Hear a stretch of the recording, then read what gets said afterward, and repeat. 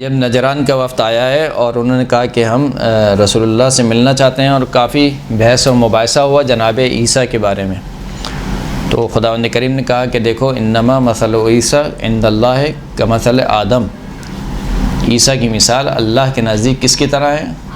حضرت آدم کی طرح ہے۔ جس طریقے سے حضرت آدم کو خداوند کریم نے مٹی سے پیدا کیا، ان کے کوئی ماں باپ نہیں تھے، اسی طریقے سے حضرت عیسیٰ کا کوئی باپ نہیں تھا، لیکن اس کے باوجود اگر آپ کہتے ہیں کہ حضرت عیسیٰ اس بنا پر اللہ کے بیٹے ہیں کہ ان کا کوئی باپ نہیں تھا، تو حضرت آدم کے تو نہ کوئی باپ ہے نہ کوئی ماں ہے، ان کو بطریقِ اولا اللہ کا بیٹا ہونا چاہیے۔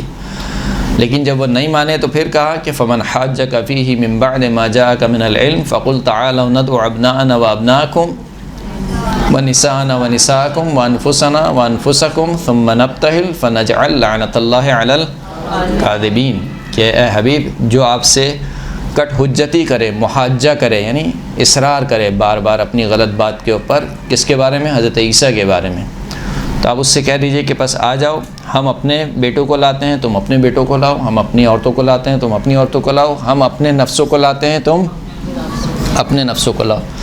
ثم نبتہل، نبتہل کے دو معنی ہیں، ایک مرتبہ یہ کہ کسی کے لیے لعنت کی دعا کرنا، اس کو بھی نبتہل کہا جاتا ہے، بہالہ کہا جاتا ہے، یا بہلت اللہ علیہ، یعنی اس پر اللہ کی لعنت ہو، لعنت کے لیے دعا کرنا، اس کو بھی نبتہل یعنی مباہلہ کہا جاتا ہے۔ اور ایک اور جو معنی ہے نبتہل کا مطلب یہ ہے کہ دعا میں شدت کے ساتھ خدا سے کوئی چیز مانگنا، تضرع و زاری کرنا، یعنی ایک عام انسان دعا مانگتا ہے، جیسے نماز کے بعد ہم تو بس خداوند کریم کو آرڈر کرتے ہیں، ہم دعا نہیں مانگتے ہیں، آرڈر کرتے ہیں، خدا پیسے دے دے، بچے ٹھیک کر دے، وہ شوہر کے رزق میں اضافہ کر دے، فلاں کو شفا دے دے، نہیں، یہ آرڈر پاس کرتے ہیں ہم۔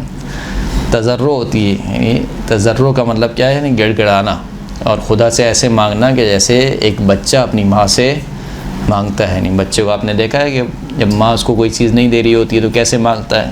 کبھی ادھر سے آتا ہے، کبھی ادھر سے آتا ہے، کبھی چادر پکڑتا ہے، پھر مثال کے طور پر بہانے کرتا ہے، میں یہ کر لوں گا، میں، اگرچہ کہ ماں کو ہی پتہ ہے کہ جھوٹے بہانے کر رہا ہے، یہ جو چیز میں اس کو دے دوں گی یہ نہیں کرے گا، لیکن اس کے باوجود بھی ماں بھی دے دیتی ہے، اور بچے کو بھی پتہ ہے کہ مل جائے گا، اس طریقے سے مانگوں گا تو کیا ہوگا؟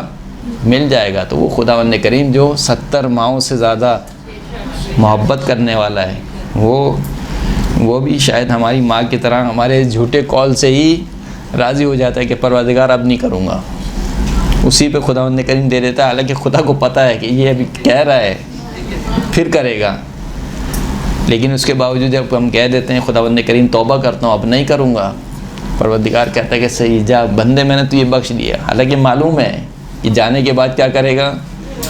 دوبارہ کرے گا۔ بہرحال نبتہل کا مطلب کیا ہے کہ دعا میں شدت سے، تضرع گریہ وزاری کرنا، فنجعل لعنت اللہ علی الکاذبین، پس ہم گریہ وزاری تضرع کریں گے خدا کی بارگاہ میں، اور پھر اس کے بعد کیا کریں گے؟ اللہ کی لعنت کو قرار دیں گے، کس کے اوپر؟ جھوٹوں پر۔ یہ جو آیت ہے، اور پھر اس کے بعد جو پورا واقعہ آپ سنتے رہتے ہیں، خیر اس کو ریپیٹ کرنا مقصود نہیں ہے، صرف اس بات کی طرف توجہ دلانا مقصود ہے کہ یہ 10 ہجری کا واقعہ ہے۔ 10 ہجری جب مدینہ میں حکومت قائم ہو چکی ہے، یہاں تک کہ مکہ بھی فتح ہو چکا ہے، یعنی مکہ اور مدینہ دونوں میں رسول اللہ کی حکومت ہے، تو 10 ہجری میں مدینہ میں نہ جانے کتنے مسلمان بچے ہیں، اور نہ جانے کتنی مسلمان عورتیں ہیں، اور نہ جانے کتنے مسلمان مرد ہیں، بے تحاشا موجود ہیں۔ اور اب تک جتنی جنگیں ہو چکی ہیں، جنگ بدر بھی ہو چکی ہے، جنگ خندق بھی ہو چکی ہے، جنگ احد بھی ہو چکی ہے، غزوہ حنین بھی ہو چکا ہے، اور نہ جانے کتنی غزوات اور کتنی جنگیں ہو چکی ہیں، اس میں اللہ کے رسول سب کو لے کے جاتے رہے، یعنی تمام مسلمان مردوں کو لے کر جاتے تھے۔ یہ والا جو مارکہ تھا، یہ جنگ کیا تھی؟ یہ تو بہت اہم ترین جنگ تھی، یعنی یہ جنگ بدر سے بھی اہم تھا، یہ جنگ احد سے بھی اہم ہے۔ کیوں اہم ہے؟ جنگ بدر میں اگر ہار جاتے تو کیا ہوتا؟ کہتے ہیں کہ جنگ ہار گئے، لیکن مذہب بدنام نہیں ہوتا، یہ نہیں کیا کہا جاتا کہ ان کا مذہب باطل ہے، یہ کہا جاتا کہ جنگ ہار گئے، کمزور تھے بیچارے، ہار گئے۔ جنگ احد میں جیسے یہ ہوا، جنگ احد مسلمان جیتی ہوئی جنگ ہار گئے، لیکن کسی نے یہ نہیں کہا کہ رسول اللہ جھوٹے ہیں، نعوذ باللہ ان کا مذہب جھوٹا ہے، کہا جنگ ضرور ہارے، اسی طریقے سے جنگ حنین میں مثال کے طور پر صحابہ چلے گئے رسول اللہ کو چھوڑ کے، رسول اللہ ان کو بلاتے رہے، لیکن اس کے باوجود کسی نے یہ نہیں کہا کہ مذہب باطل ہے۔ یہ والی جو جنگ ہے یہ وہ جنگ ہے کہ اگر یہ ہار جائیں اللہ کے رسول تو اب کیا ہوگا؟ اب مذہب جو ہے وہ باطل ہو جائے گا، مذہب باطل ہو جائے گا۔ لہٰذا اب لے کے جانا ہے کن کو؟ سچوں کو۔ اور کیسے سچوں کو؟ یعنی ایسے سچوں کو لے کر جانا ہے کہ جن کا جو کردار ہے وہ عین مذہب ہو، عین دین ہو، یعنی جن کی شخصیات عین دین قرار پائیں۔ آپ میں مذہب کے ماننے والے ہیں، ہے نا، آپ اور میں عین دین نہیں ہیں، لیکن سید الشہداء امام حسین علیہ السلام عین دین اسلام ہے، مولا کائنات کی ذات گرامی عین دین اسلام ہے، بی فاطمہ زہرا سلام اللہ علیہ کی ذات گرامی، امام حسن مجتبیٰ علیہ السلام کی ذات گرامی کیا ہے؟ رسول اللہ کی ذات گرامی کیا ہے؟ عین دین اسلام ہے۔ اسی وجہ سے قرآن میں آپ دیکھیں گے صلی اللہ علی محمد و آل محمد،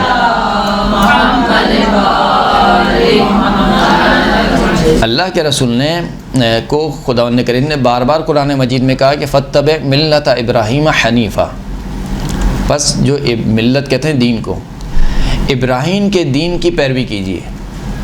دین کس کا ہے؟ اللہ کا یا حضرت ابراہیم کا؟ دین اللہ کا ہے۔ لیکن قرآن کی نہ جانے کتنی آیتیں ہیں جس میں ملت ابراہیم، ابراہیم کے دین کی پیروی کرو، ابراہیم کے دین کی پیروی کرو۔ بھائی دین تو اللہ کا ہے، کہنا چاہیے کہ اللہ کے دین کی پیروی کرو، لیکن یہ جو ملت ابراہیم دو وجہ سے کہا گیا ہے۔ ایک تو خود ابراہیم علیہ السلام کی شخصیت کہ جس کو خدا نے عین دین قرار دیا، لہٰذا کہا ملت ابراہیم، ابراہیم کے دین کی پیروی کرو کہ ابراہیم کا دین عین خدا کا دین ہے، درست۔ دوسرا اس وجہ سے کیونکہ یہود و نصارہ کے درمیان اور مسلمانوں کے درمیان جو ایک شخصیت مشترک تھی وہ کیا تھی؟ حضرت ابراہیم کی شخصیت تھی۔ اسی لیے خداوند کریم نے کہا کہ ما کانا ابراہیم و یہودیم ولا نصرانیہ ولیکن کانا حنیفا مسلمہ۔ حضرت ابراہیم نہ تو یہودی تھے نہ تو نصرانی تھے، بلکہ بالکل سیدھے سیدھے مسلمان تھے، یعنی جس میں جن کے برتاؤ میں، جن کے کردار میں ذرا بھی کجی نہیں تھی۔ تو یہ جو شخصیات اب رسول خدا لے کر جا رہے ہیں، اب ان شخصیات کو لے کر جانا ہے جو کہ عین دین ہے۔ دوسرا جو ان شخصیات کو چنا گیا، ایک تو سچوں کو لے جانا تھا۔ سچے بھی کیسے سچے؟ یعنی اس وقت مدینے میں جناب ابوذر بھی موجود ہیں، یعنی جو امت کے عام صدیقہ ان کو تو آپ چھوڑ دیجئے، خود رسول خدا جن کے بارے میں جناب ابوذر جن کے بارے میں رسول خدا نے فرمایا کہ آسمان نے ابوذر سے زیادہ سچے بندے کو نہیں دیکھا، وہ ابوذر بھی اس مباہلے میں شامل، یعنی جب ابوذر جیسا سچا شامل نہیں ہے تو اوروں کی بات کہاں آئے گی؟ ابوذر جیسے سچے بھی اس میں شامل نہیں ہیں۔ خاص ہستیوں کو لے کر گئے، وجہ کیا تھی؟ وجہ یہ تھی کہ اب دین اسلام کا معاملہ ہے، اب یہ جنگ اگر ہار گئے تو اب یہ نہیں کہا جائے گا کہ مسلمان جنگ ہار گئے، یہ کہا جائے گا کہ ان کا مذہب کیا ہے؟ باطل ہے۔ تو لہٰذا ان ہستیوں کو لے کر گئے جو عین حق ہیں۔ سچائی سے مراد کیا ہے؟ یعنی جس کا قول عین حق ہو، جس کا فعل عین حق ہو، جس کی ذات عین حق ہو، اس ہستی کو کہا جاتا ہے صدیق۔ وَاذْكُرْ فِي الْكِتَابِ ابراہیم اِنَّهُ كَانَ صِدِّيقًا نَبِيًّا۔ اے حبیب اپنی کتاب میں ابراہیم کا تذکرہ کرو کہ ابراہیم صدیق بھی تھے اور نبی بھی تھے۔ وَاذْكُرْ فِي الْكِتَابِ اِدْرِيسَ اِنَّهُ كَانَ صِدِّيقًا نَبِيًّا۔ اے حبیب اپنی کتاب میں ادریس کا تذکرہ کرو، ادریس نبی بھی تھے اور صدیق بھی تھے۔ کانا اسماعیل صادق الوعد، حضرت اسماعیل وعدے کو پورا کر دینے والے تھے۔ تو یہاں پہ جو صدیق مراد ہے یہ عام صدیق مراد نہیں ہے کہ جو فقط سچ بولتا ہو، آپ کی اور میری طرح سچ بولنے والا مراد نہیں ہے۔ مراد کیا ہے کہ وہ کہے اور حقیقت ہو جائے، ہے نا۔ جب وہ کہے کہ بچوں کے لباس رضوان جنت آ رہا ہے، درزی کے پاس ہیں، تو رضوان جنت کو درزی بننا پڑے اور پھر وہاں سے بچوں کے لیے لباس آ جائے۔ تو ایسے سچے چاہیے تھے، لہذا ان کو لے کر گئے اللہ کے رسول۔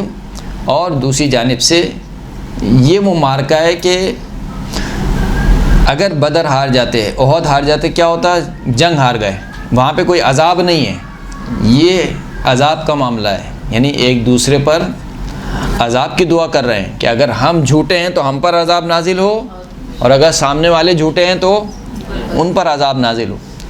لہٰذا نصارہ نے کہا تھا کہ دیکھو اگر کل دیکھتے ہیں محمد کس کو لے کر آتے ہیں، اگر اپنے اصحاب کو لے کر آتے ہیں تو سمجھ جانا کہ محمد جھوٹے ہیں، نعوذ باللہ۔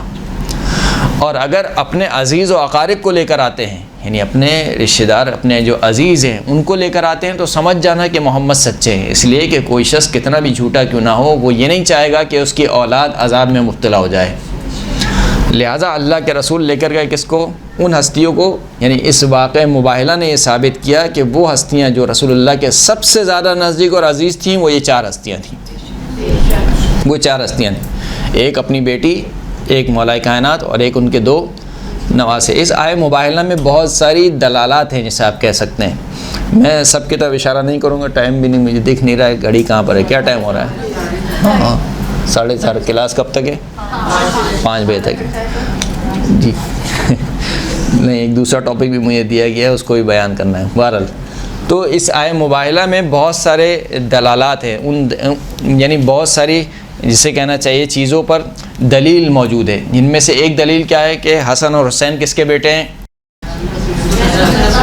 رسول خدا کے بیٹے ہیں۔ ابناءنا و ابناءکم، یہی دلیل پیش کی تھی 7ویں امام نے، جب ہارون الرشید نے کہا تھا کہ آپ کیوں اپنے آپ کو ابن الرسول کہتے ہیں جبکہ اولاد کس سے چلتی ہے؟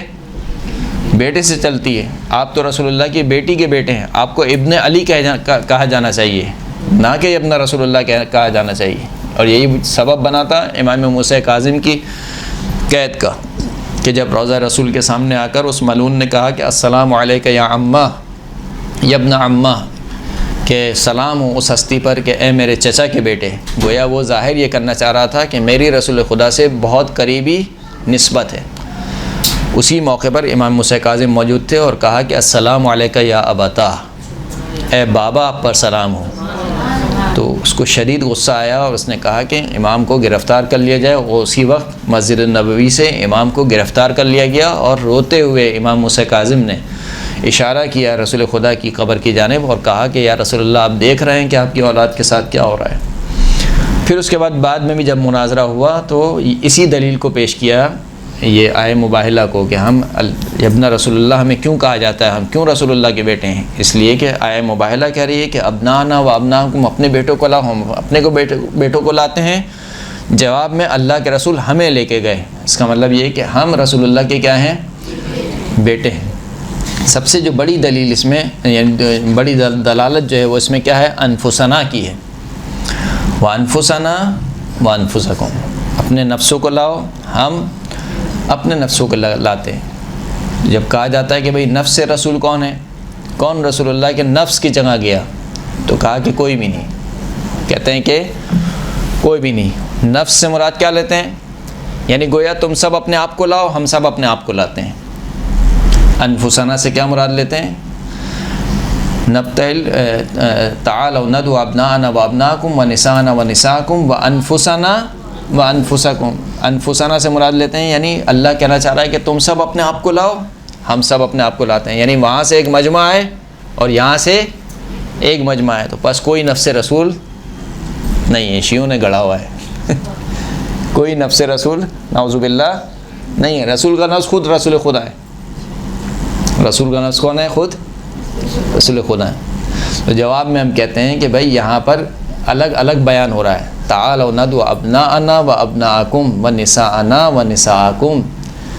اگر آپ کے لحاظ سے کہا جائے تو پھر اس کے بعد جملہ کیا آنا چاہیے تھا؟ ورجالنا ورجالکم، اپنے مردوں کو لاؤ، ہم اپنے مرد کا لفظ استعمال نہیں ہوا یہاں پر، صحیح ہے، نفس کا لفظ استعمال ہوا ہے۔ اور پھر الگ الگ پہلے ہی کہا جا چکا ہے کہ اپنے بچوں کو لاؤ، اپنی عورتوں کو لاؤ اور اپنے نفسوں کو لاؤ۔ اس کا مطلب ہے کہ یہ 3 الگ الگ چیزیں، نہ یہ کہ پورا ایک مجموعہ ہے۔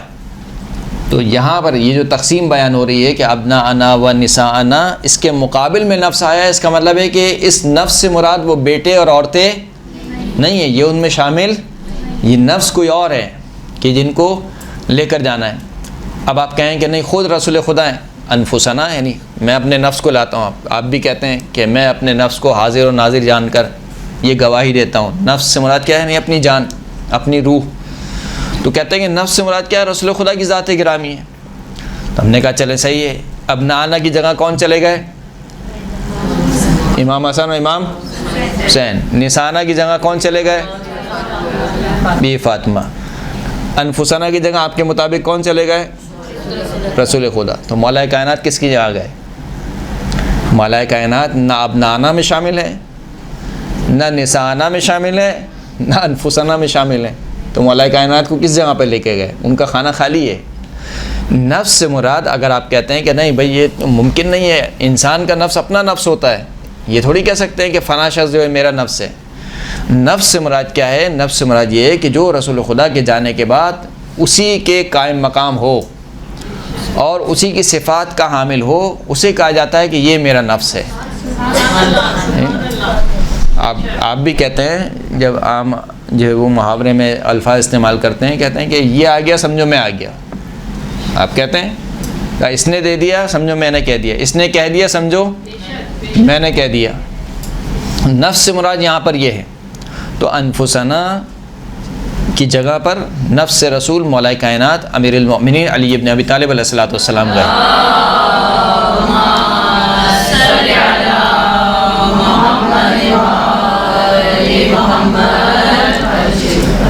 یہاں پر ایک اور فضیلت آتی ہے خاص طور پہ مولائے کائنات کی، اس لیے کہ یہ جو انفسنا کی جو فضیلت ہے.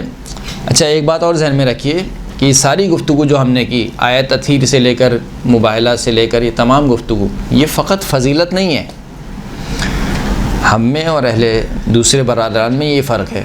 وہ اگر لکھ بھی دینا کہیں تو اس کو فضیلت شمار کرتے ہیں. مثال کے طور پر فضیلت کا باب لکھیں گے، مناقب کا ایک باب لکھیں گے کہ بھائی بی فاطمہ کے مناقب کیا ہیں کہ رسول اللہ ان کو مباہلے میں لے کے گئے. امام حسن امام حسین کے مناقب کیا ہیں کہ رسول اللہ ان کو مباہلے میں لے کے گئے. مولائے کائنات کے مناقب میں فضیلت یہ فقط فضیلت نہیں ہے، فضیلت کے ساتھ حجیت ہے. کیا فرق ہے دونوں میں؟ دیکھیں رسول اللہ نے ارشاد فرمایا کہ سلمان منا اہل البیت، سلمان میرے اہل بیت میں سے ہیں. یہ فقط فضیلت ہے، اس میں کوئی حجت نہیں ہے. حجت کا مطلب کیا ہے؟ حجت کا مطلب یہ ہے کہ جس قول کی بنا پر اس شخص کی اطاعت واجب ہو جائے اور معصیت حرام ہو جائے، اس کا نام ہے حجیت کا. فقط یہ کہہ دینا کہ سلمان منا اہل البیت، اس قول سے نہ حضرت سلمان کی اطاعت واجب ہوتی ہے نہ ان کی معصیت حرام ہوتی ہے. فقط یہ پتہ چلتا ہے کہ رسول خدا کے بہت قریبی ہیں، لہذا کہا گیا کہ سلمان منا اہل البیت. لیکن جب کہا گیا فاطمہ تو بضعۃ منی، فاطمہ میرا ٹکڑا ہے، فاطمہ میرا ٹکڑا ہے، اللہ اس سے راضی ہوتا ہے جس سے فاطمہ راضی ہوتی ہے، اللہ اس پر غضبناک ہوتا ہے جس پر فاطمہ غضبناک ہوتی ہیں. تو یہ فقط فضیلت نہیں ہے، آپ کہیں گے فقط فضیلت ہے. یہ حدیث پہنچا رہی ہے کہ اس کا مطلب ہے کہ فاطمہ کی اطاعت واجب ہے اور فاطمہ کی نافرمانی کرنا کیا ہے؟ معصیت ہے، گناہ ہے. اس کو حجیت کہا جاتا ہے. تو یہ تمام باتیں جو ہم نے کہی ہیں آیت تطہیر سے لے کر اور آیت مباہلہ سے لے کر تمام چیزیں، ان تمام میں فضیلت کے ساتھ ساتھ کیا چیز شامل ہے؟ حجیت شامل ہے. یعنی اللہ کے رسول لے کے جا رہے ہیں اپنے ساتھ ان ہستیوں کو، جب حق اور باطل کا معرکہ ہے اور جھوٹوں پر لعنت کرنی ہے اس وقت لے کر جا رہے ہیں ان ہستیوں کو. اس کا مطلب یہ کہ یہ ہستیاں عین حق ہیں، یہ ہستیاں باطل پر ہو ہی نہیں سکتی ہیں اور جھوٹ تو ان ہستیوں میں پایا ہی نہیں جا سکتا جب ان ہستیوں کو لے کر جا رہے ہیں. تو آپ کبھی اگر مستقبل میں یہ ہستیاں آ جائیں اور کسی کی ادعا پر شہادت پیش کریں، گواہی پیش کریں، تو بطریق اولا اس کو قبول کرنا ضروری ہے. یعنی میں کہنا یہ چاہ رہا ہوں کہ ابھی جو یہ ہستیاں جا رہی ہیں رسول اللہ کے ساتھ مباہلے میں، یہ گویا ایک حجیت ہے کہ اگر بعد میں بھی کبھی فدق کا کوئی معاملہ آ جائے اور کہا جائے کہ فاطمہ اپنے گواہ لے کر آؤ، اگرچہ کہ فقط فاطمہ کا آ جانا ہی کافی تھا. یعنی یہ حجیت کا معنی ہے کہ جہاں پر فاطمہ آ گئیں اس کا مطلب ہے کہ اب بات ختم ہو گئی. یہ حجیت کا معنی ہے. لیکن کیونکہ اس حجیت کو نہیں سمجھے لہٰذا کہا کہ فاطمہ کیا لاؤ؟ گواہوں کو پیش کرو. خیر، تو انفسنا میں مولائے کائنات کی فضیلت کس اعتبار سے کہ نفس رسول قرار پائے. اور نفس رسول بھی کیسے قرار پائے؟ ایک مقام نہیں ہے، یہ کئی مقام ہیں. سورہ برات کی آیت لے کر بھیجا، پہلے کسی کو بھیجا، پھر جناب جبرائیل نازل ہوئے، کہا کہ یا رسول اللہ یہ آیتیں یا آپ لے کر جائیں گے یا او رجل من کا، یا وہ شخص لے کر جائے گا جو آپ سے ہوگا. یعنی اس کا مطلب ہے کہ جو گیا ہے وہ رسول اللہ سے نہیں ہے. جھوٹ بول رہا ہوں میں. یعنی جو گیا ہے وہ رسول اللہ سے نہیں، اسی لیے تو کہا نا کہ یہ یا آپ لے کر جائیں گے یا جو وہ شخص لے کر جائے گا جو آپ سے ہوگا. جو آپ سے ہوگا کا معنی ہی کیا ہے؟ انفسنا کا معنی ہے. یعنی جو، یا اگر الفاظ بدل لوں، یا آپ لے کر جائیں گے یا آپ کا نفس لے کر جائے گا. یعنی وہ ہستی جو کہ آپ کے نفس کی منزلت پر ہے وہ یہ آیت لے کر جائے گا. یہ ایک موقع. پھر اس کے بعد جنگ احزاب میں، جنگ خندق میں، جب مولا کائنات نے دفاع کیا اللہ کے رسول کا، اور ایسا دفاع کیا کہ جناب جبرائیل آسمان سے نازل ہوئے اور کہا کہ واللہ لہی المواسات، کہ جو علی ابن ابی طالب آپ کا دفاع کر رہے ہیں، خدا کی قسم یہی برادری کا حق ہے. تو اللہ کے رسول نے کہا کہ کیوں نہ ہو، انہو منی، کیوں نہ ہو، علی مجھ سے ہے. جواب میں جناب جبرائیل نے کہا کہ وَأَنَا مِنْكُمَا، میں تم دونوں سے ہوں. تو یہاں پر بھی دوبارہ کیا ہے؟ منا یا منی کا لفظ جو استعمال ہو رہا ہے، یعنی نفس رسول ہیں. مولا کائنات کیا ہے؟ نفس رسول ہیں. اسی طریقے سے امام رضا علیہ الصلوۃ والسلام نے جب اللہم صلی علی محمد وآل محمد،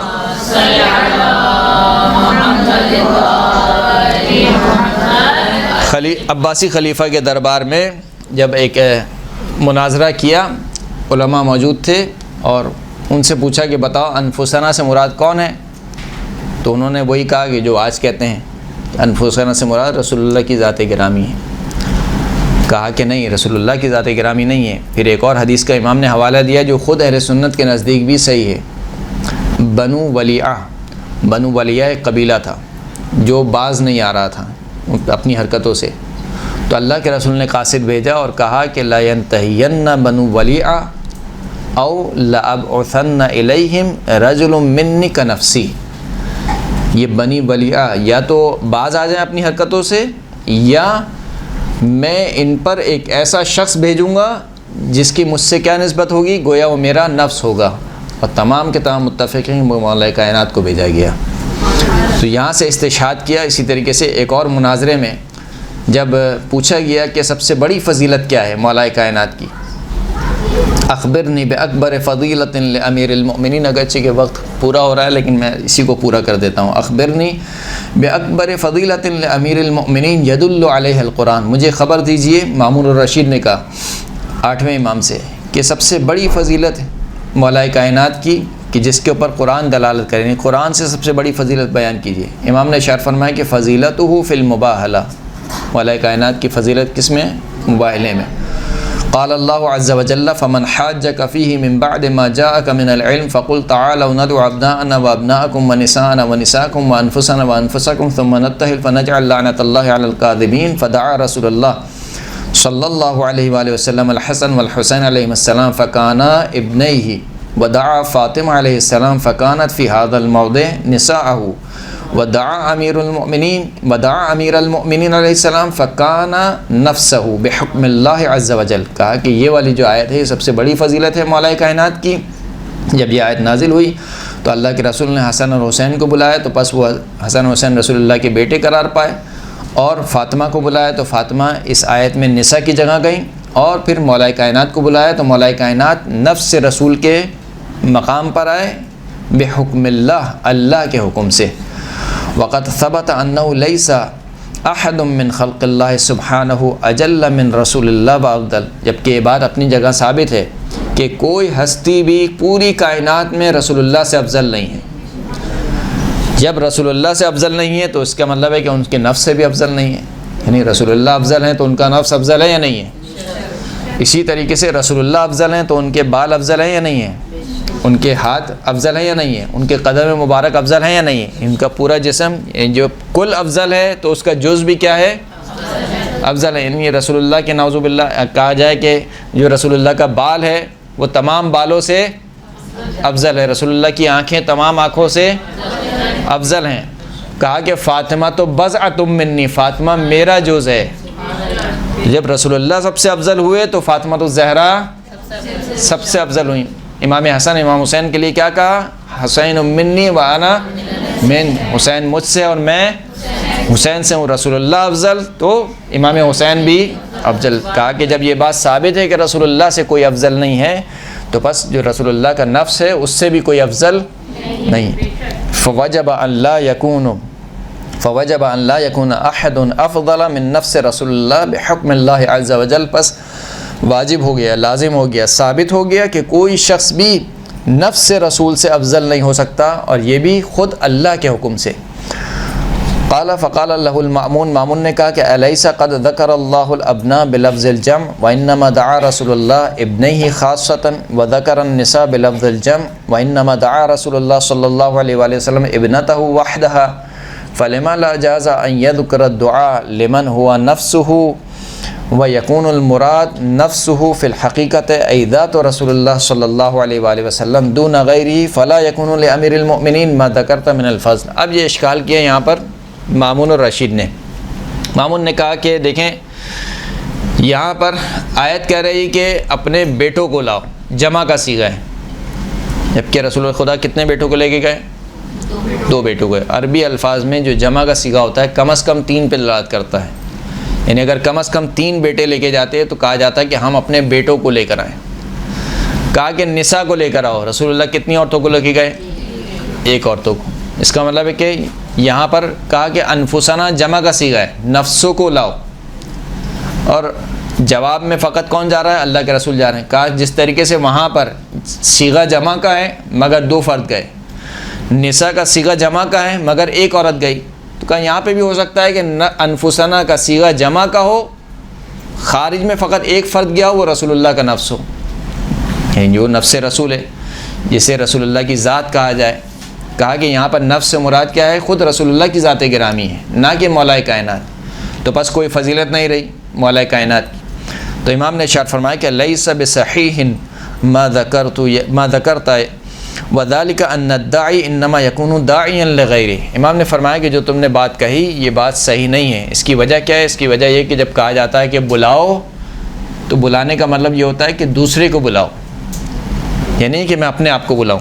انسان اپنے آپ کو نہیں بلاتا ہے، اگر کہا بھی جائے کہ میں نے خود اپنے آپ کو بلایا ہے تو مجازن کہا جاتا ہے، لیکن جب کہا جاتا ہے آپ سے کوئی کہے کہ فلاں کو بلا کے لاؤ، تو اس کا مطلب کیا ہوتا ہے کہ کسی دوسرے کو بلا کے لاؤ، نہ کہ خود اپنے آپ کو بلا کے لاؤ۔ یہاں پہ کہا رہا ہے تعالوا ندعو ابناءنا وابناءکم ونساءنا ونساءکم وانفسنا وانفسکم، نفسوں کو بلاؤ، تو اس کا مطلب ہے کہ یہاں پر خود رسول اللہ کی ذات گرامی مراد نہیں ہے۔